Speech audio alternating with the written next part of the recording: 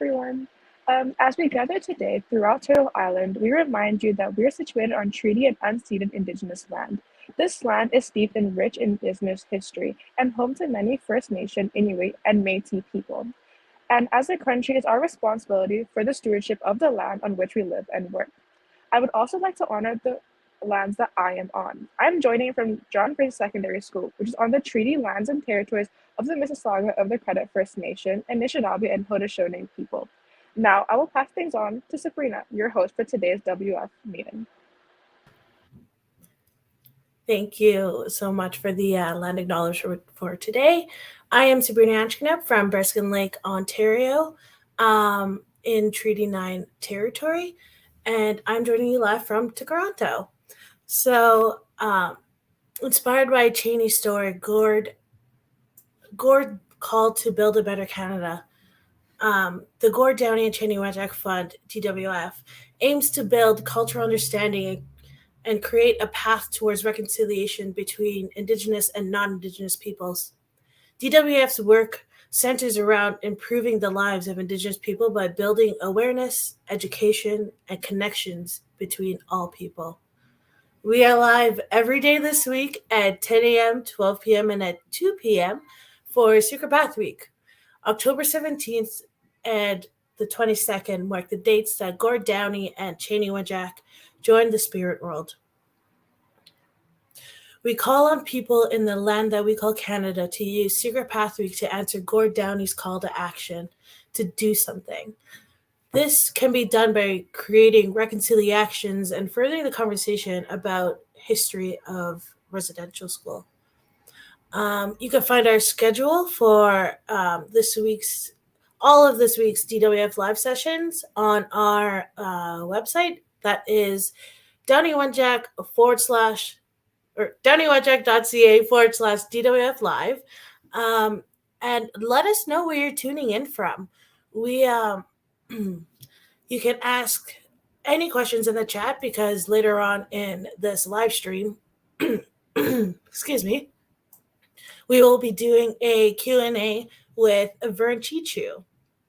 So today, we will be interviewing Vern Cheechoo.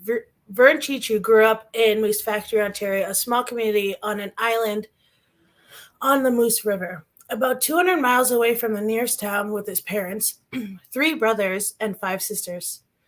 Vern is a proud member of the Moose Cree First Nation and presently resides in Timmins, Ontario. Vern has 3 solo recordings to date.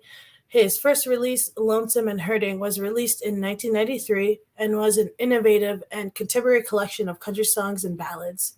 Vern was featured on CBC's TV's Ear to the Ground in 1993 season, a show that profiles rising Canadian musicians. The single Lonesome and Hurting was featured on the popular CBS television series Northern Exposure. Vern also made an appearance in Dance Me Outside, a Bruce McDonald and Norman Jewison movie that also featured the title cut Lonesome and Hurting and Love Me Tonight. And that was a part of the movie soundtrack. Vern's second and third release garnered more attention, receiving nominations twice for the Juno Awards in 2000 and 2003. Vern is also a 2-time Saskatchewan Country Music Award nominee and 7 times Aboriginal Music Award nominee, and a winner of the 2000 Aboriginal Music Awards for the Best Produced Album of the Year. Vern says, "It's the love of music and entertaining folks, the fans, that keep me going, and I'll keep going until I can't play or sing no more." Before we bring Vern onto the stream, we are going to play his most recent release, Bring the Children Home, on September 30th, 2022, the second National Day for Truth and Reconciliation. Musicians from across Canada released Bring the Children Home, a song that calls for unity and healing for all Canadians. Welcome, Vern, and we're going to listen to Bring the Children Home.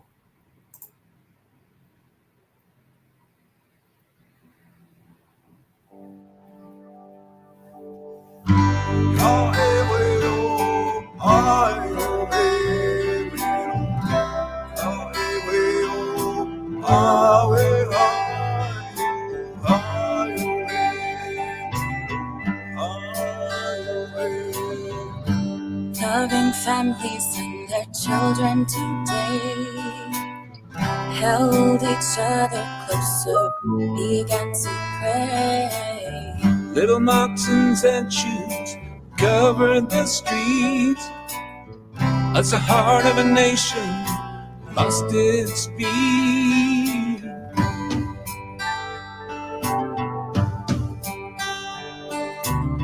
How can anybody be so cruel? Send our children to them schools. Silence and memory in unmarked graves. Who knows how many children we must save? Bring the children home. You can't hide the truth anymore. Bring the children home.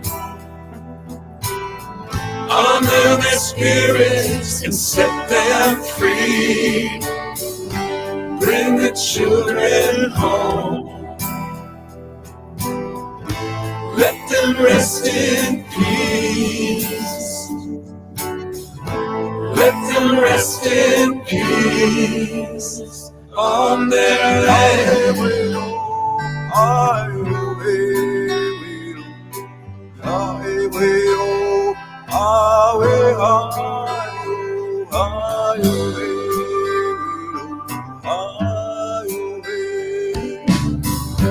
Now our people's stories are reaching you.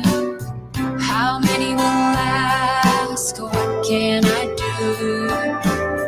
Look at your children and think of them too. Our people been crying for too long.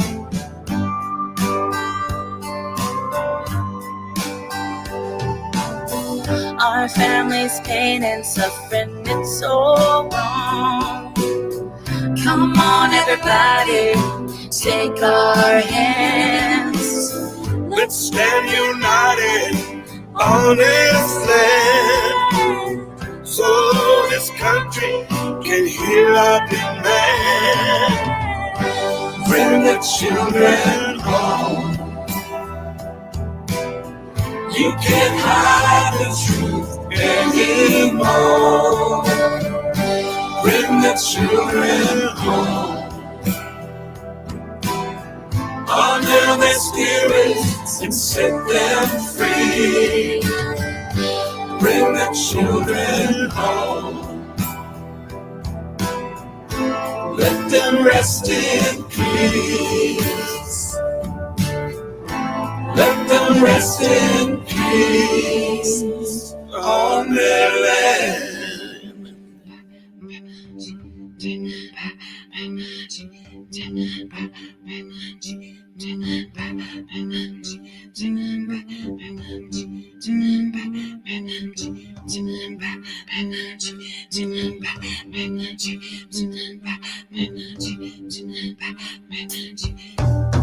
Across the waters, we are thinking of you. Stolen generations happened there too.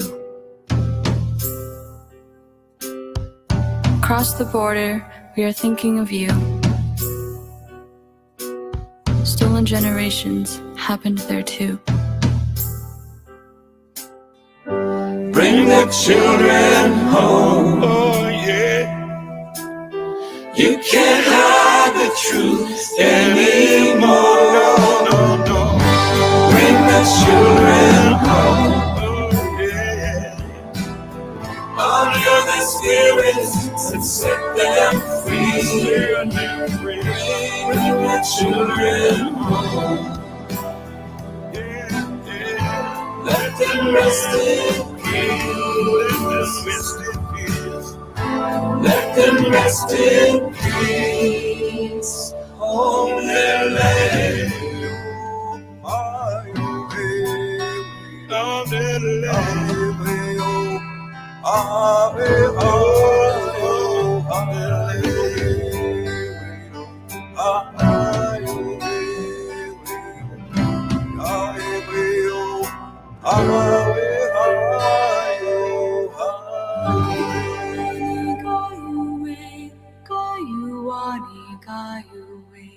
Weyo hawi hawi ne gai na we are here.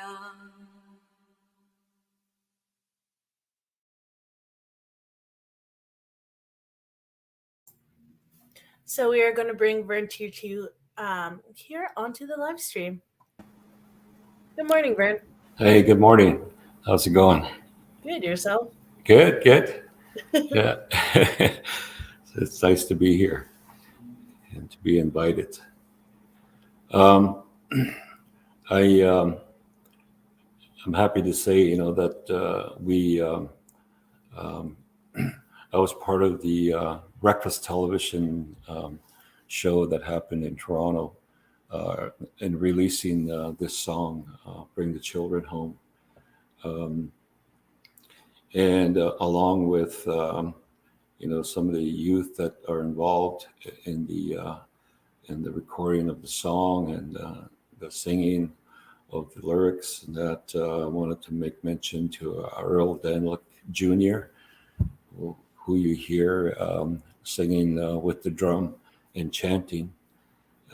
Earl Danlick Jr. is from Weemanji, Quebec, and also Justice Quejigan, who's a youth from Moosonee, Ontario, and also Tashina, but I forget her last name, and she's from the, I don't remember where she's from either, but she's one of the youth as well that sings on the song, and so we were able to release that song during the breakfast television during that week in Toronto on Reconciliation Day. So we were happy to be part of that. The song was written by my nephew, Michael Etherington, who lives in Toronto. And he, wrote the words of the song and had sent it to me. And he asked, that I put some music to it. And so I looked through the song and, and at that time, that, we heard the news, about the 215 children, unmarked graves that were found, and it was devastating news to hear. It hurt, to hear what was happening. And one of the elders, years ago said, that, one day, he said, the truth is going to come out. He says, mark my words, the truth is going to come out. And sure enough, and what happened, and the news, of course, was felt across the country, I would say. And so the words of the song, that hit me, when I was reading them, and I was looking at it and started to work with the song immediately. And I had a tune that it's been around for, a while, and I never could find any lyrics to it. And I often tried to write lyrics to this tune, and so I decided, I'll try it with these words, these lyrics. And so when I tried it, it really fit. It really fit the tune. The words really fit well. I had to do some tweaking of the words and things like that, and how we structured the song. And so immediately, I taped it on my cell phone, and I sent it back to Michael, to listen to, and he texted back, and he was all excited about it and said he really liked the tune, and so we went from there to really structure the song and how the words should be put together in each verse and things like that. So so that's what we did, and eventually, we had what we thought was the best version of this tune. And it's about healing. It's about the human spirit, and so that's what we did. And Michael, began to work with Bill Bell, who's a producer in Toronto, the lead guitar player for the Tom Cochrane Band. And so he worked with him and to get this song recorded and produced. And this is what was released on Reconciliation Day. Bring the children home. Let them rest in peace on their land. And so I want to tell you a little bit about that. And but I want to thank the Downey Wenjack Fund and doing what they're doing with Reconciliation, they call it, to bring light to things, educate people by doing different activities, which are going to happen this week, from what I understand. And I want to thank Elaine Bomberry for reaching out to me to participate and be part of this. And so I bring greetings from the Treaty 9 territory, and I say waje to everybody. That's how we say hello in our Cree language from the James Bay region, the Mushkego, we call ourselves. And so I welcome all of you who are tuning in and online. And so I want to talk a little bit about what reconciliation means to me. And so in reconciliating, a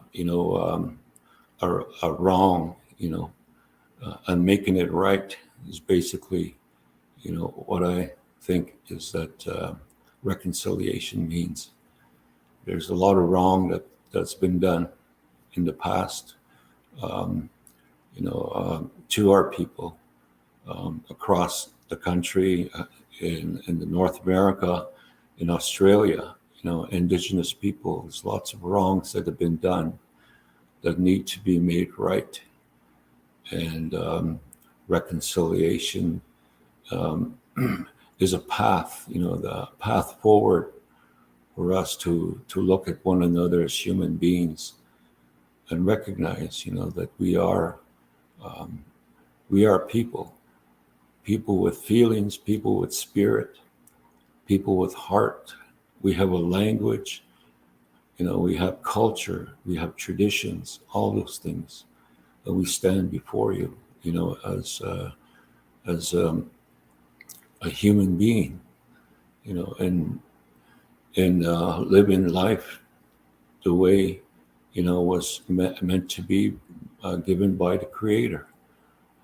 Our land, that we say our land, it actually belongs to our Creator, Mother Earth, and they say that we are the generations, that look after and steward the land for our future generations. It really belongs to them, and what we do today affects our generations down the road. And in the words of Jim Sinclair,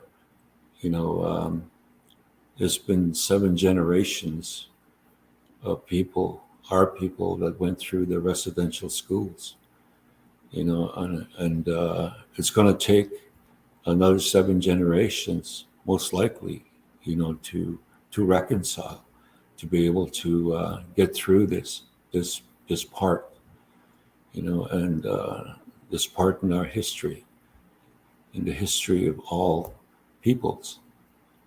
And so one of the things that Jim Sinclair said is that, that it was the education system that brought us into this. and it'll have to be the education system that brings us out of it. And so it's a lot of teaching and learning, I guess, about each other through the education system, recognizing, the recognizing what has happened and expressing it, and then begin to reconcile with the people, reconcile with the nation. And so, there's a story that I'd heard, from one of my elders speaking to me. We were having coffee and sitting down and talking about, just things, and he started to talk about a story. He says, in the Bible, he says, there's a story where Moses, led the people out of bondage and into the desert. And he said they wandered for 40 years, he said. And he looks at me, he says, I don't think they were lost, he said, because that desert, he says, about 35 miles wide. He says, you can't get lost, he says. But he says, I think what happened, he said, is that they had to wait generations, he says, to rid the memory of slavery from the people before they could go to the promised land. And when I look at that and I think about that, in this present day, and I see that happening, where families are, bringing up children in a healthy way, children that have never been to residential school, that never experienced that. Their parents may have, but their parents have made a decision today, to not to carry that anymore, and so that they can bring up children that are healthy and strong and have a positive outlook on life going forward. So that I see that as the lane of the groundwork, I guess, our foundation as we move forward in this path. So we have to heal. We have to heal our people. And so we're laying the breaking trail, we could say. And people, today are taking that responsibility on. There's a lot of ceremonies that happen across the country. There's a lot of very special ceremonies that people attend, working with others, to help one another in honoring who they are, honoring their spirit, honoring Mother Earth, and all that she's been through as well, And so that responsibility has been taken up by the people. And so they're moving forward in helping by doing those ceremonies that were given to us many years ago. So there's lots of people doing that, reconciling their relationship with the spiritual world, with the Creator, with Mother Earth, reconciling their relationship to the land, to one another, to their families, to their children, and so forth. So that's what I see happening today. But at the same time, we're seeing the struggle that people are going through, and our young people are struggling a lot today with, the drugs and things of that nature. We see that in our cities, in our towns, in our reserves. and it's tough. It's very tough to see. And so the First Nations, the tribal councils, the treaty organizations are doing, what they can, the best they can, to work with, individuals, to work in their communities, to try and deal with all this that's happening. And I believe that, we're witnessing the fallout of what residential school did to our people. So over the years, there's been attempts made to sever our ties to our language, our ties to the land, to our culture, to our ceremonies. Those kinds of things, had happened over those years, those 7 generations. And so luckily, we are a resilient people, and that we've survived. Our ceremonies have survived. Our way of life has survived.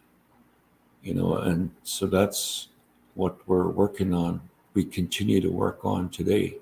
Like I said, there's lots of people that are attending ceremonies and doing ceremonies and picking up those gifts, that were left, that were taken from them, so those, in spite of ourselves, that is happening today. It's, it's reconciliation, I could say, that's happening naturally, and the spirit has,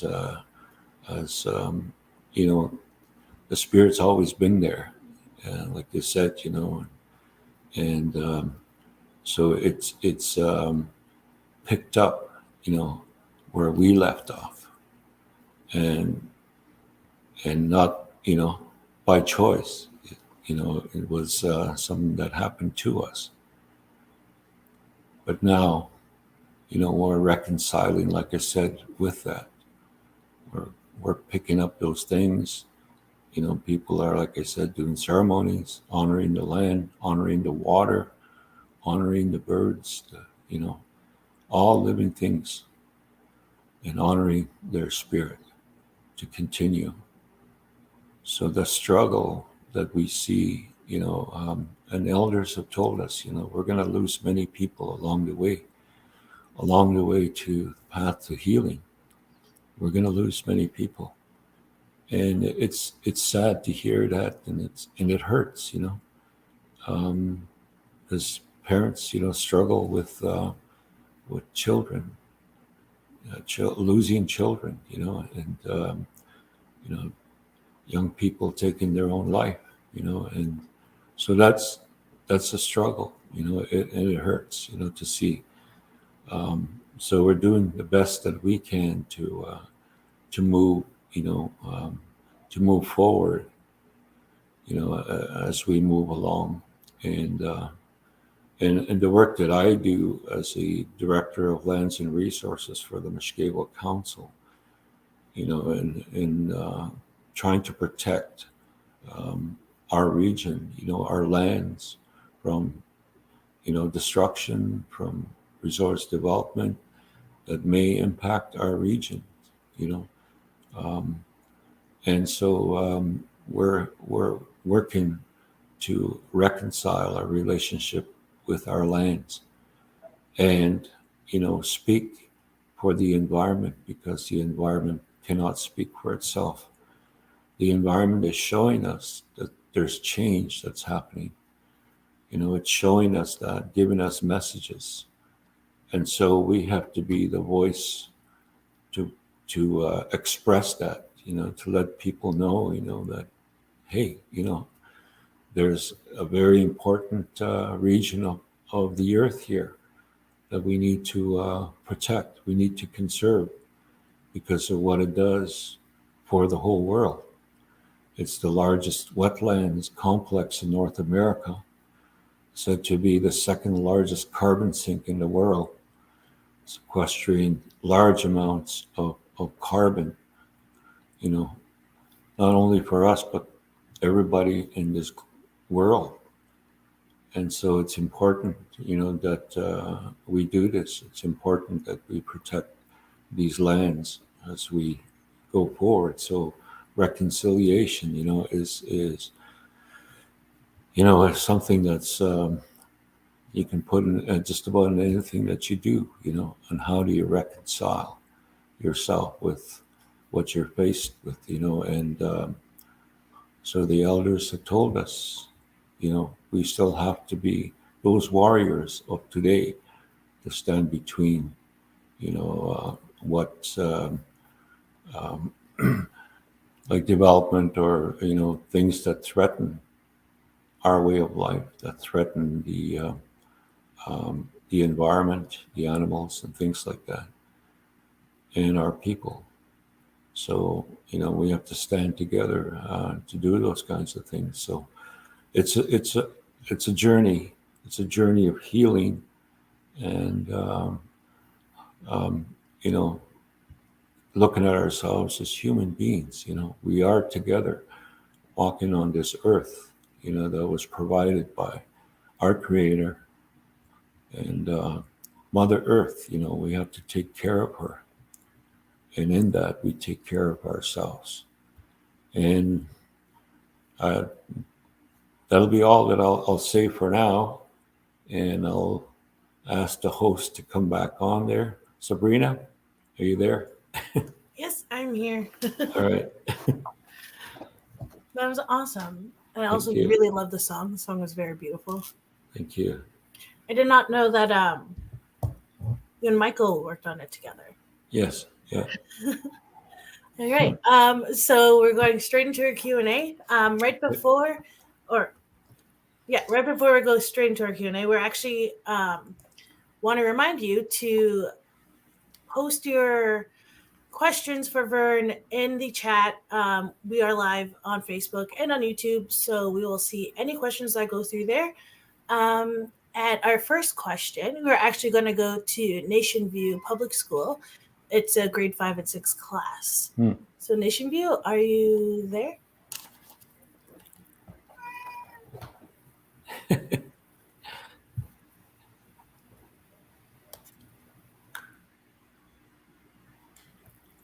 Your mic's muted. Yeah. There we go. We're here. Hi there. You have a question?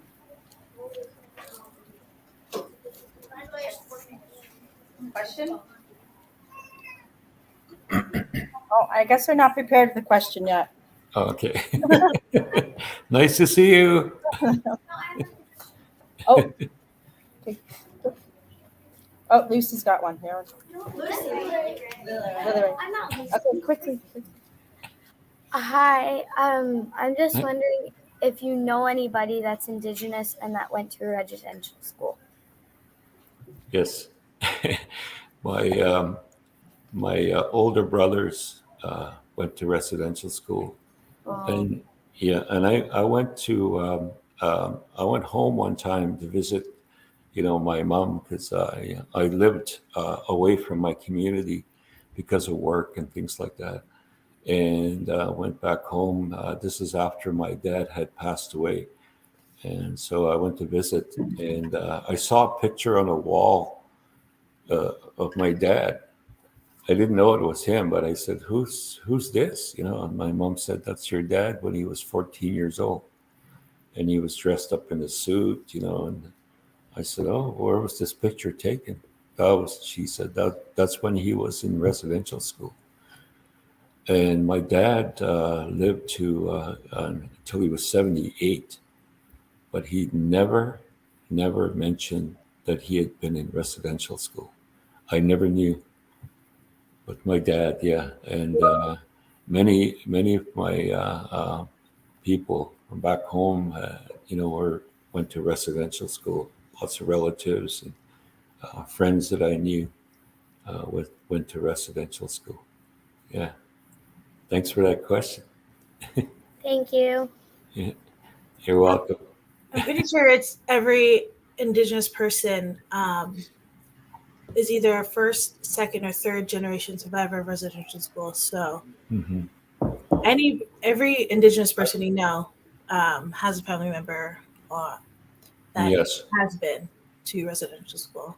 Yeah, and I've never been to residential school, but I've been, to their day school in Moose Factory. And my mom, she went to day school for 8 years in Chisasibi, Quebec. That's where they were living at the time, Mm-hmm. And but like I said, I've never known that my dad was in residential school because he never mentioned it, never talked about it, Yeah. Yeah. I feel like a lot of Mhm. Indigenous people they don't talk about it because Yeah. they're not ready to, or it's just they don't want it to come up. Mhm. I also didn't know that, like, my father went to residential school for like a long time. Yeah. And I did a presentation when I was in grade 7 about residential school because my great grandma Rachel, her sister never returned home after residential school. So that was, Oh. yeah, like we and her were really close. So I was Yeah. like, how do people not know about residential school? Because I've grew up Mm-hmm. around it and always knowing and hearing stories about it. Yeah. So I've always been one to talk about residential schools or bring it up in conversation. Yes. Yeah. We had a residential school right in our community Mm-hmm. on the Moose Factory Island. It was Bishop Horton school.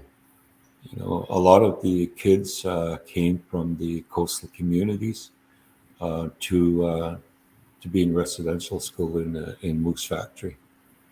And we had another one further north in Port Albany First Nation. There was a residential school there as well. Mm-hmm. So it was. So we saw a lot of the people, different kids that we went to school with, because we were kind of integrated. They would come to our school and attend classes, and then we would go to the other day school for certain classes. It wasn't all day at the other school. It was certain classes that I took, but we went to school together with a lot of the kids that were in residential school. Yeah. So we're going to move on to our next question, which Okay. is going to be Miss Parsons' class. There you go. Hi there. I just had a question. How long does it take you to make all your songs? It could take anywhere from 5 minutes. Like, I've written songs pretty quick, and sometimes I have songs that I started to write that are there since 10 years ago. I've never finished, so that it all depends on the experience, what you think about, what you want to write about. So I've written love songs in 10 minutes, and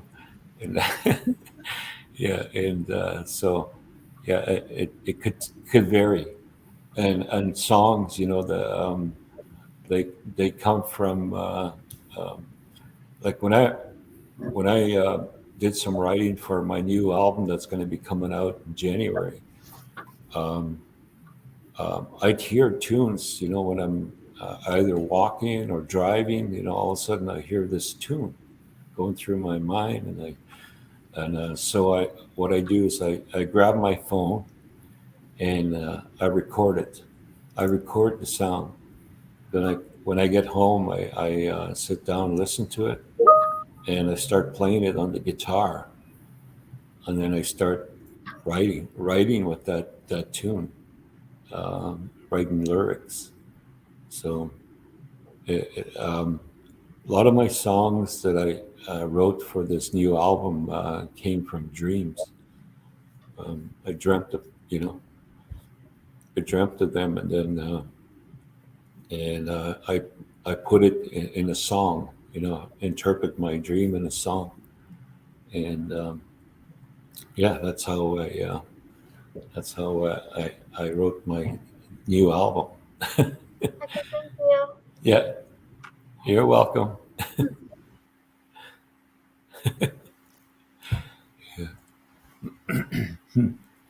Forgot I was muted. We're going to go to a live chat question. Okay. Let's go with Natalie. Do you have any advice for youth that are looking to express their own storytelling through music?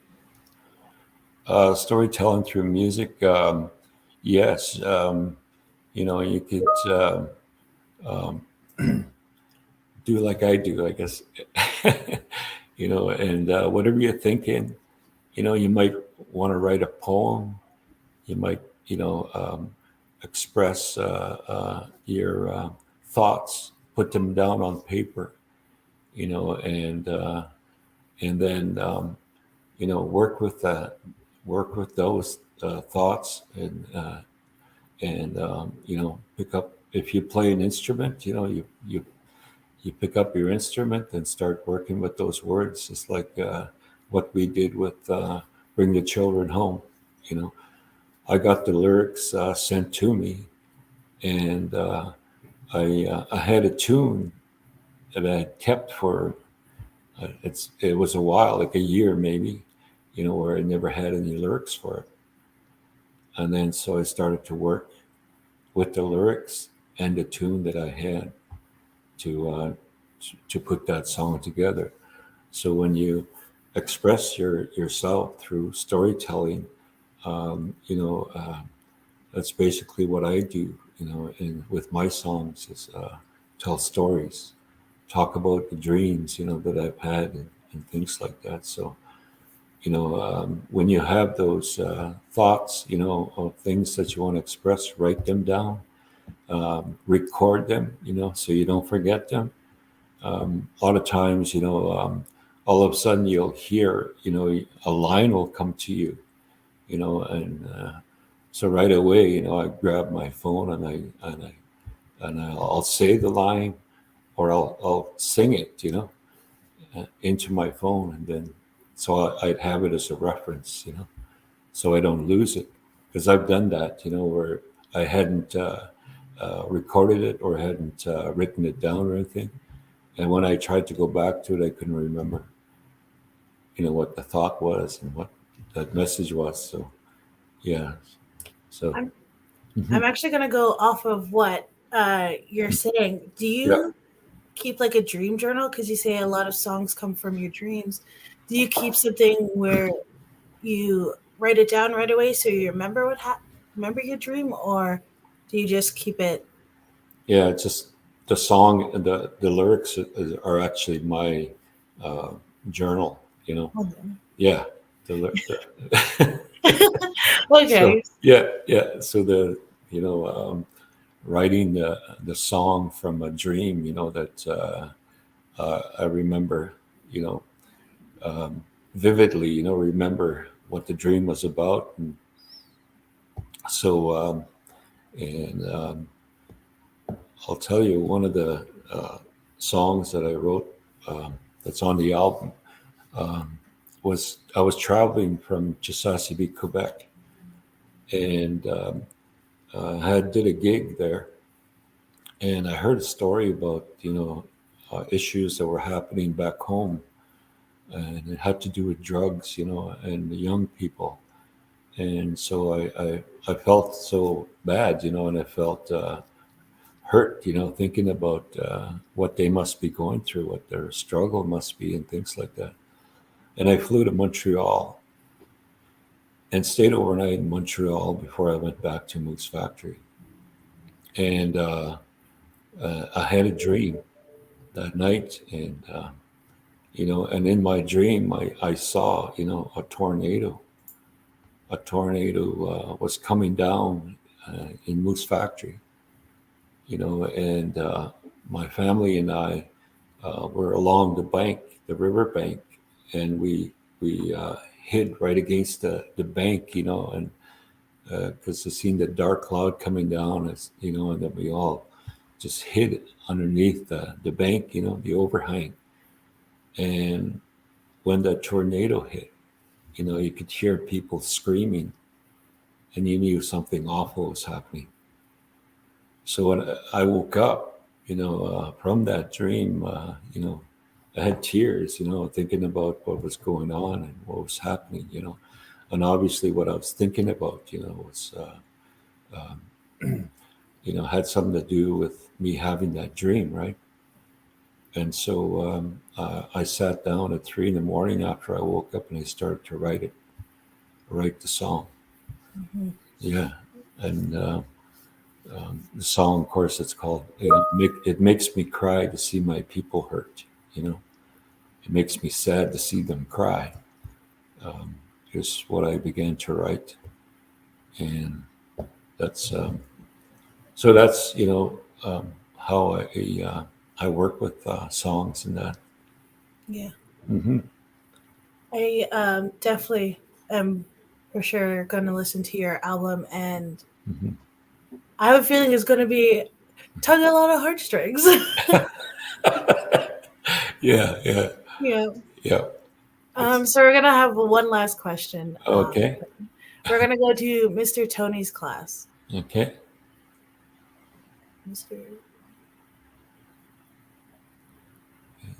Got their camera off. Is Mr. Tony's class there? Oh, there you go.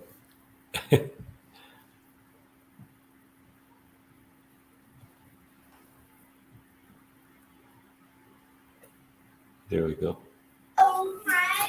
Hi there. How did you become an actor? Hi. One of our students would like to know how you became an actor.